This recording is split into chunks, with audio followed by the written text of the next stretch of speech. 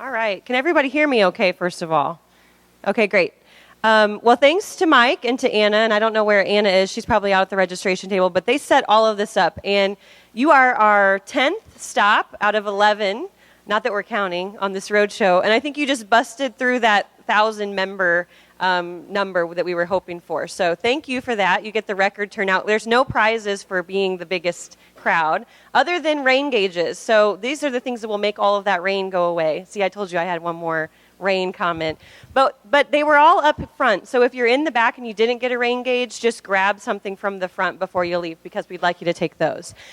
So just real quickly, I will start out with looking at the agenda and what we have ahead of us. I'll start out with an overview of the nutrient loss reduction strategy. What is it and what does it mean for you? We have videos from the University of Illinois, Dr. Mark David. It's not fair for us to drag him along on our road shows.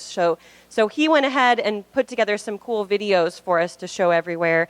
Jennifer Tyree is here, the Executive Director of the Illinois Council on Best Management Practices, and will tell you about what we've been up to as a coalition of ag groups and businesses on this issue. She's actually, her days are limited with us at CBMP, but she's not going very far. She'll be the new Executive Director at Pork Producers. So we're excited for her to move there, but we're glad she's not going too far. And then Jean Payne is here from the Illinois Fertilizer and Chemical Association. She'll tell you some really cool stuff about what the industry's been up to and the 4R program. Dr. Laura Gentry with Illinois Corn Growers is in the back. So if you brought water samples, I know you have water to sample, but if you have water samples and you haven't seen her, she will be back there analyzing those, and she'll do a quick summary of that as well. And then we have a bunch of local stakeholders on the agenda. So the first thing I wanted to say is, you know, we are working on this together, Illinois Farm Bureau, all the commodity groups, and Illinois Fertilizer and Chemical Association, and a bunch of others, but we've invited our farmer leaders from all of our organizations, so I wanted to recognize them very, very briefly. David Meese is the Illinois Farm Bureau Director of District 7, and I lost David. Okay, he's right back there. We also have Jerry Singley, Illinois Corn Grower Association District 7 Director. Rob Schaefer, Illinois Soybean Association. And I know I saw Rob. Is he hiding? Okay. So I think that's all the farmer leaders that we have. So I'll go ahead and get started on our portion of today. So the first question I get a lot is, why do we even have to have a strategy in the first place? And the short answer to that question really is US EPA for a whole lot of different reasons. The first is this group called the Gulf Hypoxia Task Force. It's led by US EPA, but it also includes USDA, 5 total federal agencies, and then state agencies, so either their departments of ag or their water quality agencies. In our case, that would be Illinois EPA. And that's really all those states up and down the Mississippi River Basin. And, uh-oh, that's not good. Hey, IT.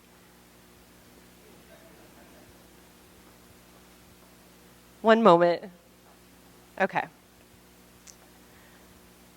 So the goal of the Gulf Hypoxia Task Force is to really see a reduction in the size of the hypoxic zone in the Gulf of Mexico. So that area of low dissolved oxygen where fish have trouble living, they want to see that get smaller. And the original goal was a 45% reduction by 2015. So raise your hands if you think we met that goal. No, we did not quite meet that goal, but we got an extension, and we really, really like extensions. So we now have until 2035 to see a 45% reduction. The next thing at play here is that US EPA regulates us a whole lot of ways. We talk about their statutory authority, which in this case is the Clean Water Act. We talk about regulations a lot, and WOTUS and a bunch of other things like that. They also have things that are called guidance memos. And these are basically the marching instructions that are given from US EPA headquarters down to their state water quality agencies, so Illinois EPA, to tell them, hey, you know, this is how we would like to see this program run, and this is what we think. So this issue was no different. In March of 2011, headquarters sent a memo to their state agencies saying, we encourage you to develop these to develop nutrient reduction strategies, while at the same time you work on figuring out the numeric standards for nitrogen and phosphorus. And those numeric standards are something that are very important if you're a regulator, and I know we have some in the audience, I don't mean to to be offensive, but if you're a regulator, those number standards make your job and your programs easier because numbers can be plugged into permits. You can measure compliance against those permits. If you are not complying, you can enforce against that. So they make a whole lot of sense in a regulatory structure, and that's a goal for a lot of agencies. And my background is as an environmental attorney, so you're not going to get out of this room without hearing about lawsuits, and this issue is no different. So national environmental groups suing U.S. EPA down in federal court in Louisiana, saying, hey, U.S. EPA, we don't think that you're doing enough to regulate the size of the hypoxic zone down in the Gulf. And they were asking for U.S. EPA to set those numeric standards in every state up and down the Mississippi River Basin.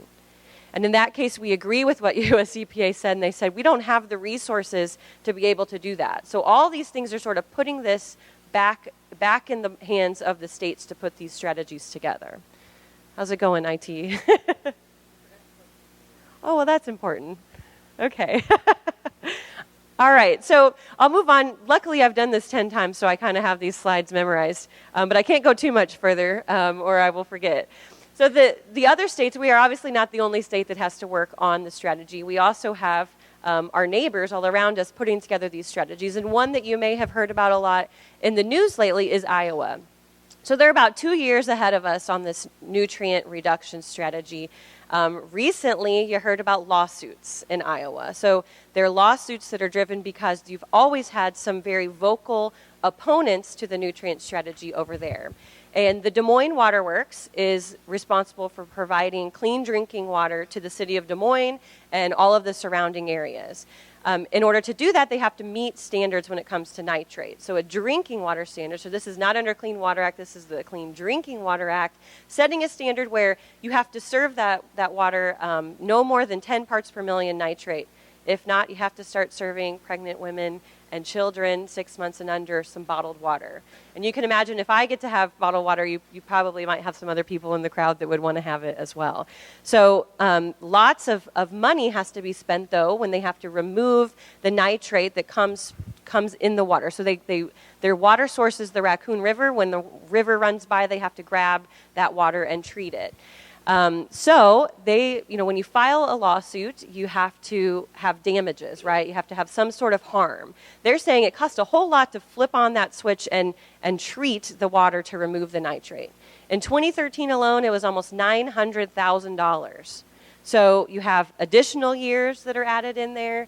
You have penalties that are added in there. You have to pay your attorneys because attorneys need to eat too, right? I think they do. So it's important to note that number can go very, very high. But the issue in that case really is that the Des Moines Water Works wants to see drainage districts treated as point sources under the Clean Water Act. So under the Clean Water Act, you have this terminology of point sources and non-point sources. And just so we're all on the same page, non-point sources means that overland flow. We have this beautiful rain that hits the ground and somehow it makes its way to a stream, but there's not a discrete point where it enters the stream.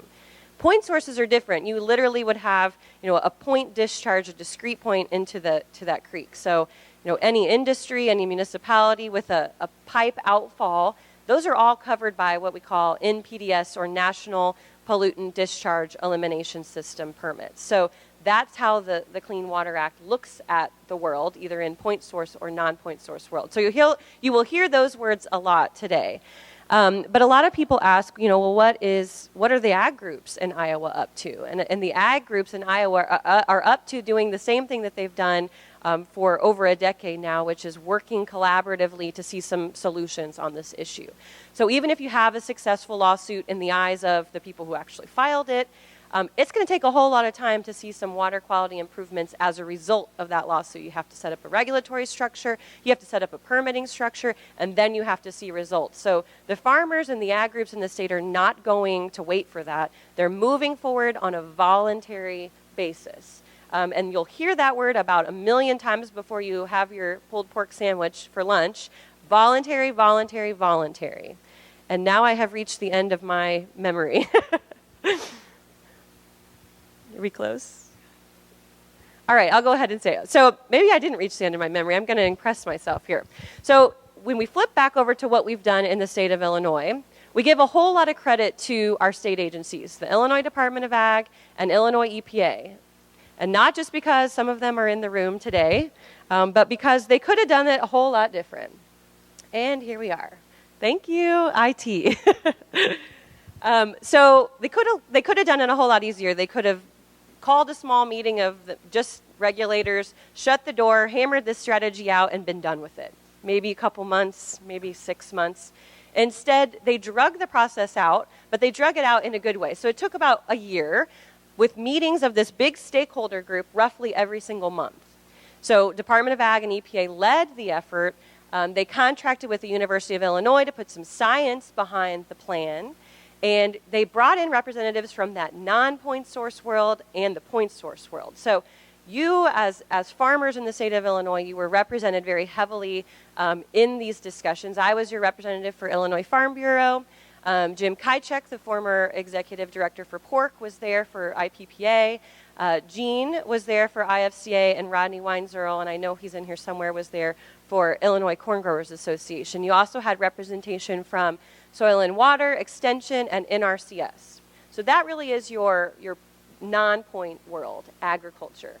The point sources, when it comes to nitrate and phosphorus, are really sanitary treatment plants. So, when somebody flushes their toilet, a municipality has to treat that before it leaves their facility. They release a lot of phosphorus, as you'll see as we continue this discussion, and a little bit of nitrate as well. So they have a big stake in this game.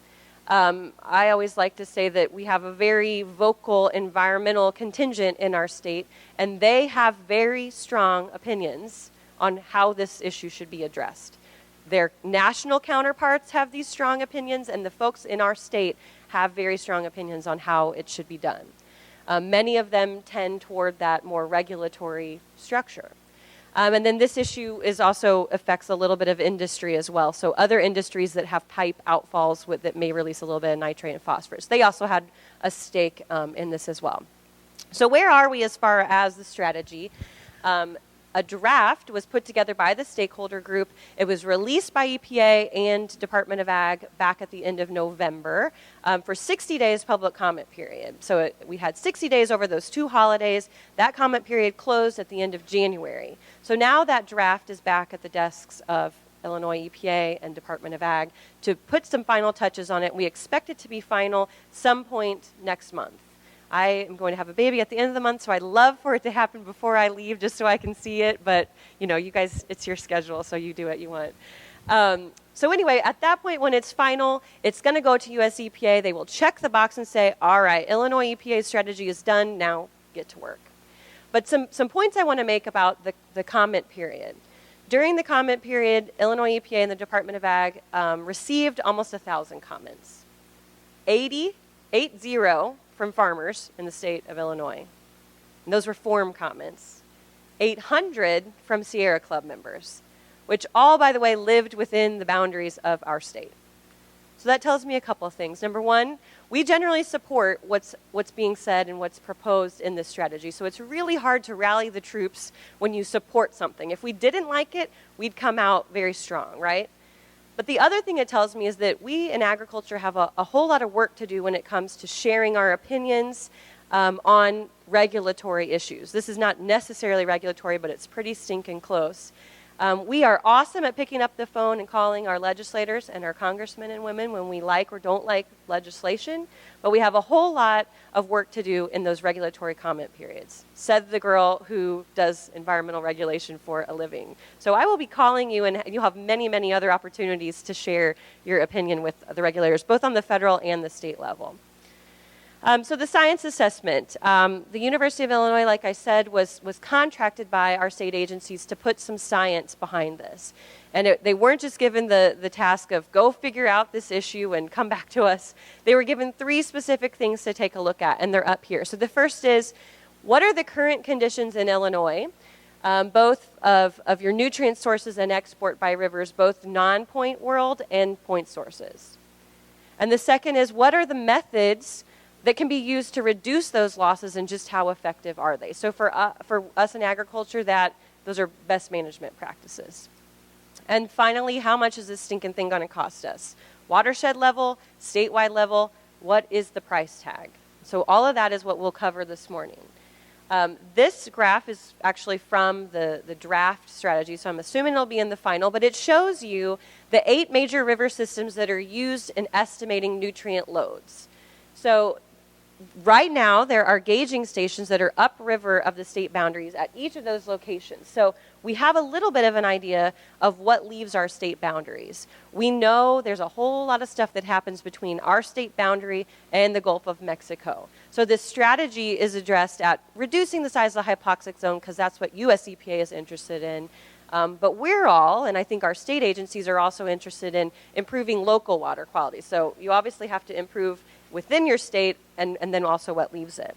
So just a couple weeks ago, Illinois EPA entered into an agreement with USGS to put some continuous monitors at each of those stations. So at each point where rivers are leaving our state, you will now, over the next 5 to 6 years, have readings on continuous flow, nitrate, phosphate, turbidity, dissolved oxygen, specific conductance, pH, and temperature. So we'll have a whole lot more information about what is leaving our state, and it'll be continuously monitored. So that's pretty interesting. If you notice this, that Illinois River Basin is pretty much a giant chunk of our state. So this next graph, that Illinois River, is not a big surprise that that's your longest bar there. But what this shows you are the annual average riverine loads of nitrate and phosphorus. So this is talking about what is making its way into the water. So if you are going to measure progress, you obviously have to figure out where you start from. If you're going to be losing weight, you have to step on the scale and find out what you weigh today before you say, I'm going to lose 20 pounds. I'm not going to get on the scale anytime soon, but you guys absolutely should. So this is the same kind of concept. Where do we start as far as what is the load of this sort of pollutants into the water today? And the black bar shows you 1980 to 1996 averages, and the red bar shows you 97 to 2011. So we support this because this clock will actually start running back 1980 to 1996. So we support that because you've done a whole lot of things to more efficiently use your nitrate and your phosphorus in that time period, and we will get credit for that. But one thing I wanted to point out is that this strategy is not geared at telling you that you have to reduce the amount of nitrate and phosphorus that you use on your fields. It's about telling you have to reduce the amount that you lose into the water. Okay, I don't think any farmer in the state of Illinois would disagree with that concept. We all pay for it. We don't want to lose it either. So that's the concept, though, and we have to keep understanding that no one's telling you to reduce what you're putting on. Just don't lose it into the water, okay? So control all that rain and where it takes it. That's all you have to do. Some of the most important graphics, I think, in the strategy are actually on a handout that you have in front of you. And there's these different colors of the states. So if you're reading the strategy, it's about a 100-page document. And these are all different graphics showing you if you're looking at point sources or non-point sources, nitrate or phosphorus, those colors of the states are going to look a little bit different. But for purposes of agriculture, this is probably one of the most important parts. So the blue shows you where we're losing the most nitrate, and the pink or whatever color, red, is where we're losing the most phosphorus. So generally speaking, nitrate moves with water, phosphorus moves with your soil. So also generally speaking, if you look at these maps, the top 2/3 of our state, we tend to be losing a little bit more nitrate. So where it's heavier, darker blue, you're losing more. Flip that, though, when you're looking at the state from the phosphorus perspective, your priorities start to change. So you have a little bit more rolling topography. You lose a little bit of soil. It doesn't take buckets and buckets of soil to have that phosphorus attached to it and impact water quality. So that is very important. But when you're losing that soil, you could have more of a phosphorus issue with your water. So the science assessment ultimately concluded that Illinois contributes 20% of the nitrate and 11% of the phosphorus that eventually makes its way down to the Gulf of Mexico. But of that amount, what is agriculture responsible for? And these little graphics here show you. So the nitrate is there in the middle. 80%, that big green, is what agriculture is responsible for. Red is your point source, and the tiny little blue sliver that you can't see very well is the 2% urban runoff, so the suburban lawns and the golf courses and the things that we like to talk a whole lot about. So 80% of the nitrate pie belongs to us. Phosphorus, though, is a little bit different of a story. As you can tell, it's about split down the middle between point sources and ag, with a 4% component from urban sources. So the interesting thing about this is we've talked about point sources and Illinois EPA, and they regulate point sources with permits, right? So they have monthly limits, they have annual limits. When they blow those permit limits, they also have to tell Illinois EPA. So suffice it to say that Illinois EPA has very, very good data on what leaves those point sources. They have a little bit of data on the urban areas, but guess what they don't have a whole lot of data on? Agriculture. So we assume, for purposes of this strategy, that agriculture is the rest of that pie. Now, we know that's not true. This whole Roadshow team has traveled the state over the month of June, whatever month it is. And I haven't just seen farm fields everywhere else. I've seen some forests and a whole bunch of other things that take up that spot. But we don't have a whole lot of data to push back and say, hey, you know what? We're not really 80%. We're more like 71 or 72% of that nitrate pie.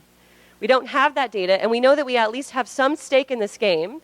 So we're taking advantage of the opportunity that we have to do this in a voluntary structure, and we're just moving forward with progress, just like the folks are in Iowa.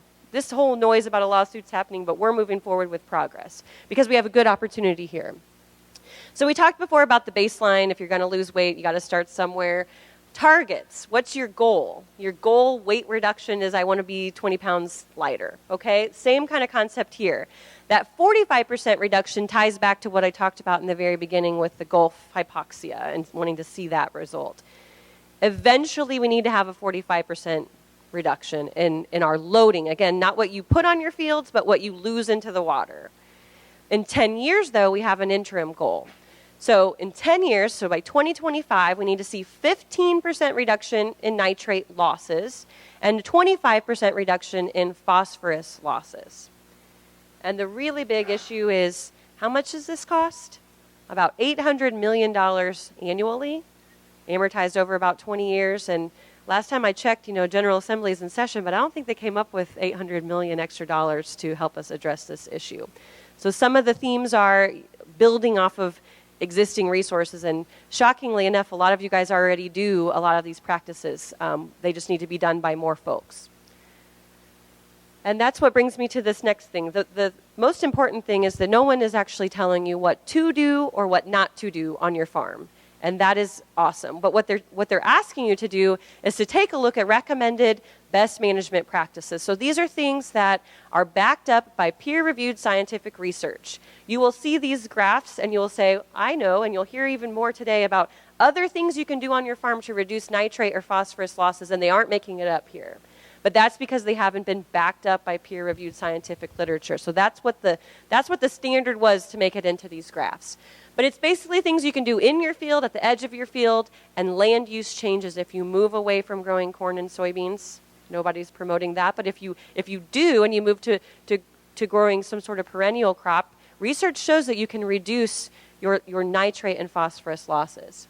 So then they take information on the costs and the estimates on just how effective they are. And then what the science team did was they just took all of that information and combined it on a big statewide scenario to figure out how much action are we talking about to get the reductions that people are expecting of us. So we'll walk through all of that. You have this behind those colorful states of Illinois. You have these tables, so don't try to squint and see them. But the first table shows you the nitrate practices. So these are the things that have been researched to show that you can reduce your nitrate losses into the water if you follow them. The pink is the thing you can do in your field. Blue is the edge of field. Bright yellow, land use change. And then very bottom talks about the point sources. So let's just use the first one, for instance. If you reduce your N rate from background to the maximum return to nitrogen, which Jean will talk about when she's up here, if you reduce that in our state on 10% of our acres, you will see a reduction of about 10% per acre, and the cost there is actually negative, a negative $4.25, because you're actually saving money, right, if you're not over-applying your nitrogen. So the science team, when they were looking at the data available in Illinois, they found that it's not generally an issue that farmers in Illinois are over-applying their nitrogen. So we like that that's what they concluded. But that's why we can't make a whole lot of progress on that one, so says the strategy. That's why it's tied to that 10%, because y'all are probably pretty much doing the right thing. But as you'll hear Jean say, that right thing sort of changes all the time, so you have to kind of keep up with that. But other things are nitrification inhibitors, split application, moving away from fall application. It's been researched. No one's pushing that as like the silver bullet, but it has been researched, and it's up here. Cover crops you'll hear a lot about today, both over tile lines and non-tile drained acres. That's why they show up a little bit differently, because just how effective they are is impacted if whether you have tile lines underneath or not. Those edge of field things are a little bit different, and they include bioreactors. So a lot of the farmers I talk to say, what in the world is a bioreactor? It's essentially a pit at the end of your tile line filled with wood chips. And research shows that when your water is moving through those wood chips, by the time it reaches the end, it's been reduced in this level of nitrate and phosphorus. So I know it's something that's a little bit unfamiliar to folks, but it's proven to work. And then wetlands, they actually work. And we have some folks in the audience who I'm sure would be willing to talk to you about wetlands. I know they're a little bit foreign of a concept, but there is research showing that they do reduce your nitrate levels. Here it's saying 40%. So they are on there as well. And then obviously the bright yellow is your land use change. You move to perennial crops, and it's about a 90% reduction. And then some language on point sources as well. Same sort of concept for phosphorus. So in-field, edge of field, land use change, and then your point sources. So things you do in your field: reduce tillage, testing for phosphorus. If your soils don't need it, you don't apply it. Cover crops, edge of field, wetlands, and ag streams. So if phosphorus tends to move with your soil, put a buffer on the edge of your stream, and you won't lose your soil, right? A lot of you folks already do that and know about that, but it's up here. The thing I want to point out is the very bottom of this one. So it talks about point sources, and it says if the majors only is what that language is, if they switch their permit limit to 1 milligram per liter, then they will reduce their amount of phosphorus, their piece of that phosphorus pie. So that's really important. We've talked about their permits. They do this under a permitting structure. That would not necessarily be a totally voluntary thing like we have. But if you have the biggest sanitary treatment plants in our state, changing up their permits, changing up their infrastructure within their facilities, spending millions of dollars to do that, they will reduce the size of their pie in phosphorus. And guess what's going to happen then? They will look to the farmers in the state of Illinois to figure out, okay, well, what have you guys been up to now? And I just want to point that out, because this strategy does not just tell farmers, you need to do something about this issue. It talks about urban runoff. It talks about point sources. And the reality for all of those other groups is just as real as it is for us. So these look a little bit different in your handout, but they're essentially the same thing. And this is where the science team started taking all of that research and those numbers, the percentage reductions, and combining it on a statewide level to figure out how much action do we need to see some results to the level that people are expecting. So just use the first one, for example. If every single farmer in the state is following the MRTN, you moved away from fall application to spring application. Again, we are not condoning that, but it is research backed up. Cover crops on 70% of your tiled acres, 45% of your non-tile drained acres. Bioreactors, so those wood chip pits that many haven't even heard of yet, on half of our acres in the state. Wetlands on 30%, and absolutely every single ag stream has a buffer. You will get a reduction of 45% at the bargain price of $728 million a year. Raise your hand if you think we're going to meet the 45% reduction goal this year or next year. No? Okay. Let's go ahead and focus on something I think we can achieve. So go further down. If you start to look at let's use the number 5. Everybody in the state follows the MRTN, and we already know that most of us can and do that already. Cover crops on 35% of our tile-drained acres. That's still a lot, but that's a whole lot less than what was at the top, right? Bioreactors on half of your acres and wetlands on 15% of your acres. That gets you a reduction of 20% at the bargain price of $246 million. So no one's saying it has to be that exact combination of work, but some level of activity. Raise your hand if you think we could probably achieve that within 10 years. Thank you, Mark. Oh, I do have some positive people. I was literally the only person to raise my hand last night in Vandalia.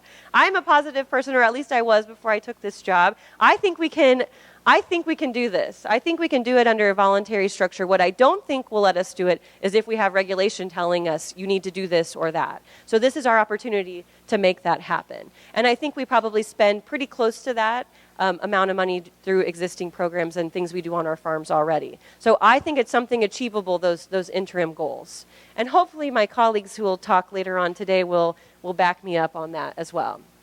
So same sort of combinations for phosphorus too, but I won't bore you with that. So do we have any livestock producers in the state or in the room today? Raise your hand. Okay. I know you guys feel really left out when it comes to environmental regulation. So I don't want you to feel left out. You are included in the strategy as well. But since you're more heavily regulated and you have a whole new set of rules with regard to CAFOs and AFOs and NPDES permits and a whole bunch of other fun acronyms, you're just referenced as far as best management practices here too. So out of 100 pages, you have about 2 pages. Sorry, or you're welcome. I don't know what to say about that. But the environmental activists in our group really wanted to see more on CAFOs. US EPA would like to see more on CAFOs, but we do a lot to regulate CAFOs already. So, but I just wanted you to know that you are included, but your BMPs are really things you already do. How do you use that manure out in the fields to be used just for your crops and not lost into the water? And what do you do to keep it back at your production area so you're not losing it into the water there as well? So some of our big themes, I think the most important thing on this slide, and maybe in my whole presentation, is that very third element. No new legislation or regulation that's coming from this strategy. And that's not because people didn't ask for it. We were in these stakeholder meetings and our environmental group friends were saying, just pick a practice, any practice, and tell farmers to do it or not do it. So it is a victory that we made it through this process without that element. And it's a wonderful opportunity to move forward in a voluntary structure, but you'll hear a whole lot. You've already heard about Iowa. You'll hear about all of the other states surrounding us in the Chesapeake Bay and Ohio and a bunch of other stuff that's happening, and we seem to be on this island here. And I think it's because there's been a whole lot of proactive attitude on this issue, so hopefully we can keep that going. But since we don't have $800 million a year to go toward this issue, we are building off of existing programs and resources. But for all of us in agriculture, this is truly a reinvigoration of voluntary conservation and nutrient management. A lot of people already do these practices. They have to be done on more acres in the state and by more farmers. Here's some state programs, some federal programs, and then some ag initiatives as well. You will hear from Trevor Sample from Illinois EPA about some funding that's pretty cool that Illinois EPA provides on non-point source programs, and it's called Section 319. A bunch of other stuff as well, including the funding that goes to soil and water. Federal programs you're very well aware of as well, and I know we have some folks in the audience today who can help you with that information. And then ag. I can't really take credit for this because I've only started this job about 2 years ago, but your ag groups, Illinois Farm Bureau and Illinois Fertilizer and Chemical Association, all the commodity groups have been proactive on this issue. And that is why we're here today. That's why we had a seat at the table in all of these discussions. But you'll hear more about that, the Council on Best Management Practices, and also the Nutrient Research and Education Council. And it makes me very proud to represent Illinois Farm Bureau in that coalition as we work together on these issues. So the work on the nutrient strategy is not quite done. We all joke that our bosses and our boards can't fire us because we have too many meetings to go to. So everybody take note of that, especially on my board directors. But we have too many meetings to go to. The stakeholder group is going to continue to meet. There's all these spin-off groups that are going to continue to meet. One group is called the Ag Water Quality Partnership Forum. And that's where all of the ag groups can get back together with our regulators and say, here's what we've been up to for the past 4 months. And we had our first meeting back in May, and it, like I said, it makes me very proud that we have accomplished a lot and the whole strategy is not even out yet, finally. So if that's any indication of what we can accomplish when it's finally out, we are looking good here in the state of Illinois. But there's another work that will be done on the Nutrient Science Advisory Committee. This is the work that will be done by scientists in our state to find the numeric standards for nitrate and phosphorus. And I can't stress that enough, how important that is, that we engage and we have a seat at the table in those discussions on behalf of ag. Water Quality Monitoring Council, we talked about those continuous monitors. So folks are going to be looking at the water quality. It may take decades to see improvements in water quality, especially with regard to phosphorus. But we can tell our story about what we're doing on our land as far as implementing BMPs a whole lot better than what we have been. And then folks will be focusing on urban stormwater as well. So those folks with the suburban lawns and the golf courses, they will be part of this discussion ongoing as well. So we have to talk to the public every 2 years, tell them what we've been up to. We have to revisit this document. It's a living document every 5 years and redraft it as we have new research and new programs that are addressing it, and we show progress. But our big effort now really is on implementation of the plan. You have a plan, now get to work doing something on it. So my final point is always, everybody who lives in the state of Illinois has contributed to this issue. If you live on a farm, you live in the city, you live in a suburb, if you flush your toilet or someone else's toilet in the state of Illinois, you have contributed to this issue. Now, every single person has an opportunity to be part of the solution, and that looks a little bit different for each of those sectors. For us, it's a reinvigoration of what we do voluntarily. Again, that's maybe the 10th time you've heard that. Voluntarily on our farm for conservation and nutrient management. Except now, we are in a world where we cannot just say, we don't want to be regulated, please keep this voluntary and leave me alone. We now have to show evidence about what we're doing and what is working under this voluntary structure. So I'm an attorney by background, I want to see evidence, but I'm not the only one that wants to see evidence. So we'll help ag build that evidence to tell stakeholders and our regulators, what are we doing? It's a little bit different than what we're used to doing in agriculture. But we and all of the ag groups will continue to promote there's no one-size-fits-all approach. If there was a silver bullet answer on this issue, we would have had it taken care of a long time ago. It's just a very complicated issue. It's just not that easy. But this is our real opportunity to prove that voluntary is absolutely all we need. If we have regulations on the book, we just start responding to regulation, and we take away all creativity, and we take away all momentum that we have on this issue, and that would, in my opinion, be a shame. So we have a wonderful opportunity here. But this is not an issue that is your neighbor's issue. Every day I drive into town, and I think my farm looks awesome, but I drive to town and I see this other guy's farm, and it looks terrible, and I think he's the problem. No, it absolutely is. Every single farmer in the state of Illinois has some stake in this. Obviously, there's more farmers in this area than showed up here today, so we have to continue the discussion and educate people within our communities about this issue and why it's so important that we do something on it now. And because I work for Illinois Farm Bureau and you gave me a microphone, I have to take a little bit of time to talk about what we're up to, so bear with me for a moment. But one of the things that we're doing, you may all read Farm Week, hopefully you do. I love it. But one thing that Kay Shipman, who is back in the back, has been up to is a regular profile featuring farmers across the state on what they do for conservation and nutrient management. It doesn't have to be anything groundbreaking. It's something that you all probably think is pretty mundane, but guess what? To the general public, they don't know about it. They've never heard about it. So I am looking for more people to add to my list. It's a great list to be on. We call it the Cool Kids Club. So please, if you're interested in being on the list, let us know. But what Kay will do is come out to your farm, make one point of contact, do an interview, take photos, take a video. We won't wear you out. And we'll repurpose that through a lot of different venues. Ag in the classroom so that we can educate other generations and their families about what you do on the farm. Because people have an idea of what you do on the farm, but they have no real understanding of what you do. We also will use it to tell our stakeholders and our regulators and our legislators what we do on the farm. So please let me know if you're interested in that. I have about 35 men and women right now, and I'd love to have more added to that list.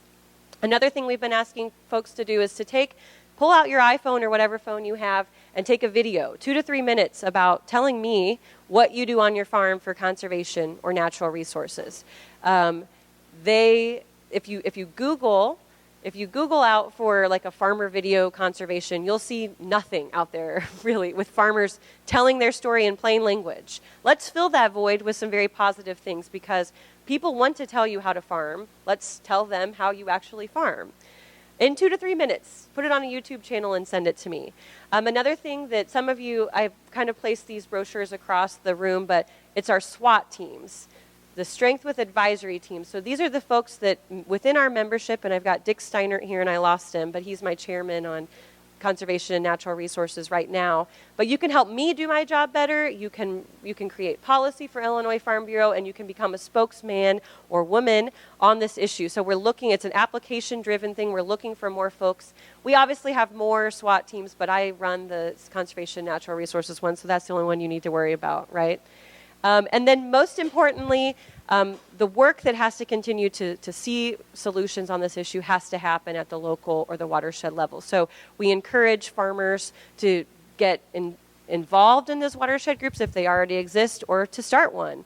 They exist across the state, but they don't always include farmers and they are not led by farmers. And they get access to a whole lot of money to do really good things and they can have a lot of impact. So it would be awesome if we had some more increased farmer involvement on those. And just finally, the only complaint I've heard about these meetings is that, man, we're just not going to enough places. So I'm under a little deadline of my own these days. You just squeezed in at the very last couple days. But we will be back to do more of these meetings in the winter and late fall and probably into next year. It's not going away anytime soon. So if you have anybody who also needs to know all the different counties or anybody else, please let us know and we'll put them on our agenda so that we can get this information out in front of them as well. But thank you for your time. Here's my contact information and some websites, and I will go ahead and get the video set up here.